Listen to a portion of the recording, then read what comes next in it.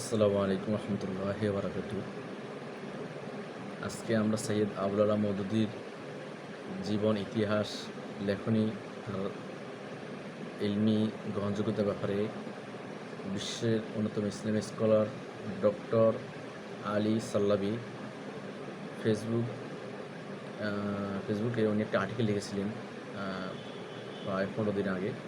তো সেই আর্টিকেলে সৈয়দ আবুল আলা মওদুদীকে উনি কীভাবে তুলে ধরেছেন সেটা জানার চেষ্টা করব। ডক্টর সাল্লাবী তার ভেরিফাইড ফেসবুক পেজে আল্লাহ মওদুদীকে নিয়ে একটি দীর্ঘ তত্ত্ববহুল প্রবন্ধ লিখেছেন। সেখানে তিনি তুলে ধরেছেন কীভাবে মাওলানা মওদুদীর লেখনী আধুনিক যুগের ইসলামী রেনেসাঁ মুসলিম উম্মার বুদ্ধিভিত্তিক পুনর্জাগরণ ও প্রদর্শনের ভূমিকা রেখেছেন।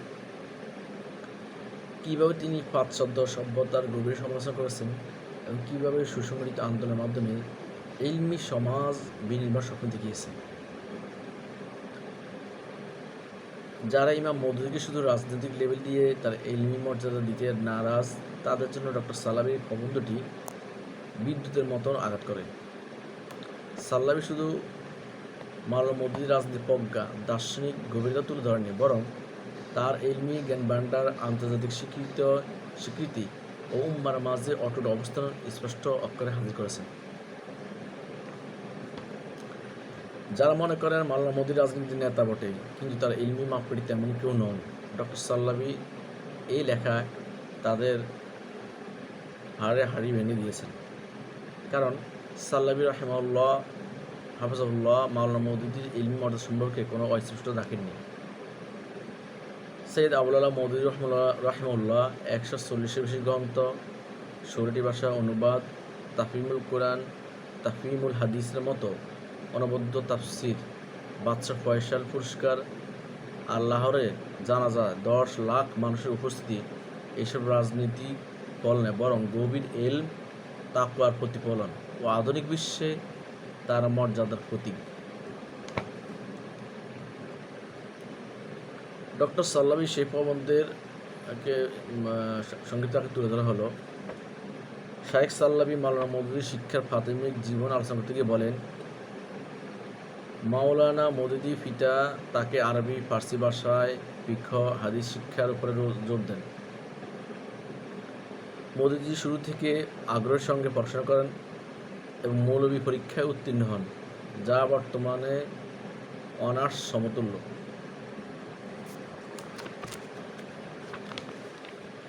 1921 সাল থেকে 1928 সাল পর্যন্ত দিল্লিতে অবস্থানের সুযোগটিকে তিনি ইসলামী সাংস্কৃতিক গভীরতা অর্জনের জন্য কাজে লাগান।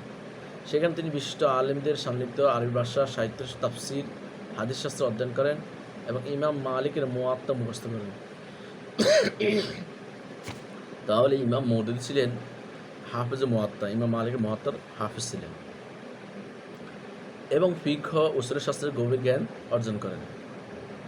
পাশাপাশি মওদুদী ইংরেজি ভাষা শেখেন এবং ইংরেজি সাহিত্য, পশ্চিমা সামাজিক বিজ্ঞান সম্পর্কে ব্যাপক পড়াশোনা করেন। সাল্লাবী রাহিমাহুল্লাহ বলেন, মওদুদী রাহিমাহুল্লাহ অল্প বয়সে সাংবাদিকতা যোগ দেন।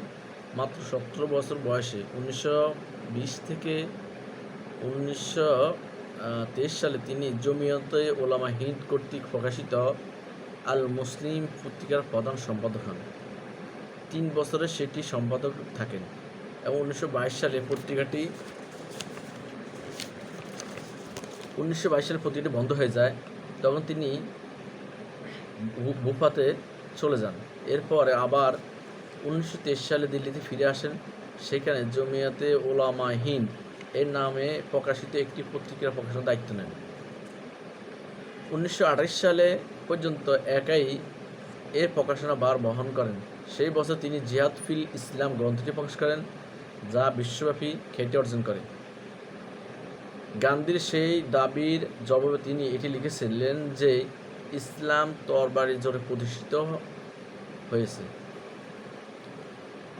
মওদুদী রাহিমাহুল্লাহ সুনাম ও ইসলামী বিশ্বে তার চিন্তার প্রভাব বিস্তারের ফলে 1937 সালে ভারতীয় চিন্তাবিদ দার্শনিক মোহাম্মদ ইকবাল তাকে লাহোরে আমন্ত্রণ জানান, সেখানে তার উল্লেখযোগ্য ইলমি কার্যক্রম চালানোর জন্য।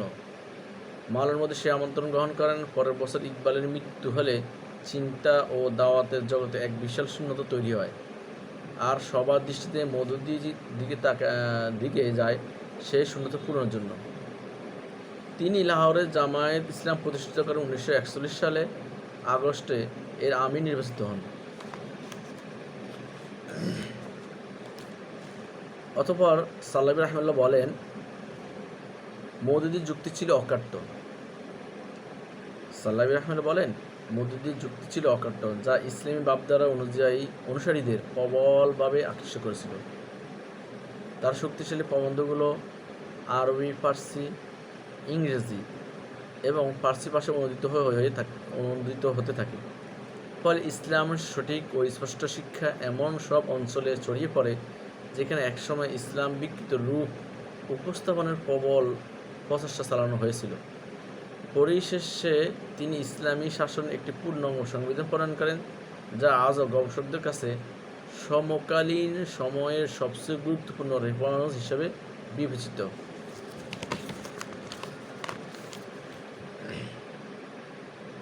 মাওলানা মওদুদী কখনো ভুলের ব্যাপারে নীরব থাকতেন না। আজকে আমরা যারা মাওলানা মওদুদী রাহিমাহুল্লাহর কিছু বিষয় নিয়ে সমালোচনা করি, আবার তার ভালো কাজ নিয়ে সমালোচনা করি, তো এইসব ব্যাপারে তার অবস্থা কেমন ছিল সেই অবস্থাও ডক্টর আলী সাল্লাবী রাহিমাহুল্লাহ হাফিজাহুল্লাহ কী করেন, ব্যাখ্যা করেন যে মওদুদী কখনো ভুলের ব্যাপারে নীরব থাকতেন না। তিনি গঠনমূলক সমালোচনা ও সত্যের পথে অত্যন্ত সাহসী ছিলেন। আল্লাহর পথে কোনো নিন্দুকে নিন্দা পরোয়া তিনি করতেন না। তিনি পশ্চিমা সভ্যতার চাকচিক্যে বিভ্রান্ত হননি, বরং একে নিবিড়ভাবে অধ্যয়ন করেছেন।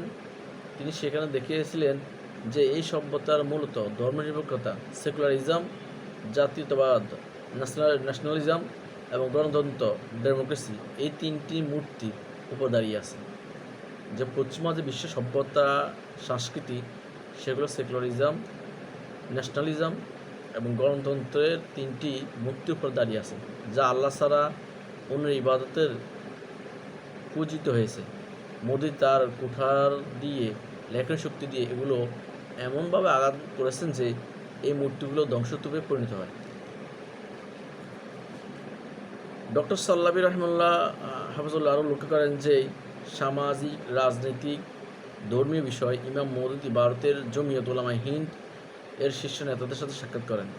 তাদের মধ্যে অন্যতম ছিলেন ভারতের মুফতি শেখ কিফায়েতুল্লাহ, শেখ আহমদ সাইদ, যারা জমিয়তে উলামায়ে বড় মাপের নেতা ছিলেন। ডক্টর সাল্লাবী বর্ণনা মতে মাওলানা মওদুদী মোট রচনার সংখ্যা প্রায় 140টি, বই প্রবন্ধ মিলিয়ে। এছাড়া তিনি 1000 বেশি বক্তব্য দিয়েছেন। মাওলানা মওদুদী রাহিমাহুল্লাহর বক্তব্যের সংখ্যা প্রায় 1000 বেশি, যাতে আকীদা, মুআমালাত, লেনদেন, চিন্তা, তাফসির, উলুমুল হাদিস, উলুমুল ফিকহ, রাজনীতি, অর্থনীতি, সমসাময়িক বিভিন্ন বিষয় স্থান পেয়েছে। এছাড়াও তার অসংখ্য রচনা বিশ্বজুড়ে ব্যাপক জনপ্রিয় ও গ্রহণযোগ্যতা লাভ করেছে। তার বইগুলো বিশ্বের প্রায় 16টি দেশে ভাষায় অনুদিত হয়েছে। তার মধ্যে ইংরেজি, আরবি, জার্মানি, ফার্সি, হিন্দি, বাংলা, তুর্কি এবং সিন্ধি ভাষাও উল্লেখযোগ্য।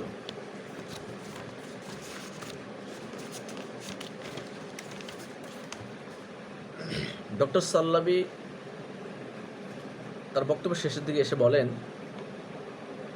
দীর্ঘ জ্ঞানভিত্তিক ও দাওয়াতি সংগ্রামের পর ইমাম আবুল আলা মওদুদী রাহিমাহুল্লাহর স্বাস্থ্যের অবনতি ঘটে। কিডনি ও হৃদরোগে আক্রান্ত হওয়ায় উন্নত চিকিৎসার জন্য মার্কিন যুক্তরাষ্ট্রে যান। সেখানে তিনি দ্বিতীয় সন্তান একজন চিকিৎসক হিসেবে কর্মরত ছিলেন। সাইদ আওলামা মওদুদী রাহিমাহুল্লাহর একজন সন্তান ছিল ডাক্তার। তিনি নিউ ইয়র্কে ছিলেন, এজন্য ওনার কাছে চিকিৎসার জন্য যান। নিউ ইয়র্ক শহরে 1979 সালে 22 সেপ্টেম্বর 75 বছর বয়সে তিনি শেষ নিঃশ্বাস ত্যাগ করেন। তিনি তার পুরো জীবনে ইসলামী চিন্তাধারা, সেবা এর প্রতিরক্ষা উৎসর্গ করেছিলেন। তার মৃত্যু কেবল একটি সাধারণ ঘটনা ছিল না, বরং তার জানাজা ছিল এক ঐতিহাসিক অভূতপূর্ব দৃশ্য, যা মুসলিম হৃদয়ে তার সুউচ্চ অবস্থানের প্রতিফলন ঘটায়। মার্কিন যুক্তরাষ্ট্র থেকে পাকিস্তানে মরদেহ আনার পথে নিউ ইয়র্কে বিমানবন্দর, লন্ডনে বিমানবন্দর এবং করাচি বিমানবন্দরে কয়েক দফা তার জানাজা অনুষ্ঠিত হয়। পরিবেশে লাহোর শহরে তার বিশাল ও শেষ জানাজা অনুষ্ঠিত হয়। লাহোরে অনুষ্ঠিত সে জানাজায় প্রায় 10 লক্ষাধিক মানুষের অংশগ্রহণ করেছিলেন, যা আধুনিক ইতিহাসে বিরল। আলেম, দায়ী, বুদ্ধিজীবী, রাজনীতিবিদ, পীর, মাশায়েখ থেকে শুরু করে সর্বসাধারণ এর উপস্থিতি ছিল বিরল। তার গভীর প্রভাবে এটি ছিল এক জীবন্ত প্রমাণ। সেই সময় জানাজায় উপস্থিত ছিল বিশ্বের বরেণ্য আলেমগণ, যাদের অন্যতম ছিলেন শায়েখ ইউসুফ আল কারজাবী রাহিমাহুল্লাহ। তিনি সম্ভবত জনতার উদ্দেশ্যে আবেগঘন বক্তব্য দিয়েছিলেন। ইমাম ডক্টর সাল্লাবী হাফিজাহুল্লাহ তিনি তার বক্তব্য শেষে বলেন, ইসলামের ইতিহাসে জানাজাকে অনেক সময় ব্যক্তির মর্যাদার একটি মাপকাঠি হিসেবে গণ্য করা হয়। লেখাটা আবার বলতেছি, ডক্টর আলী সাল্লাবী বলেন, ইসলামের ইতিহাসে জানাজাকে অনেক সময় ব্যক্তির মর্যাদার একটি প্রতীক বা মাপকাঠি হিসেবে গণ্য করা হয়। সেই হিসাবে ইমাম মওদুদির জানাজার ইতিহাস বড় বড় ইমামদের জানাজার কথা মনে করিয়ে দেয়, যেমন বাগদাদের ইমাম আহমদ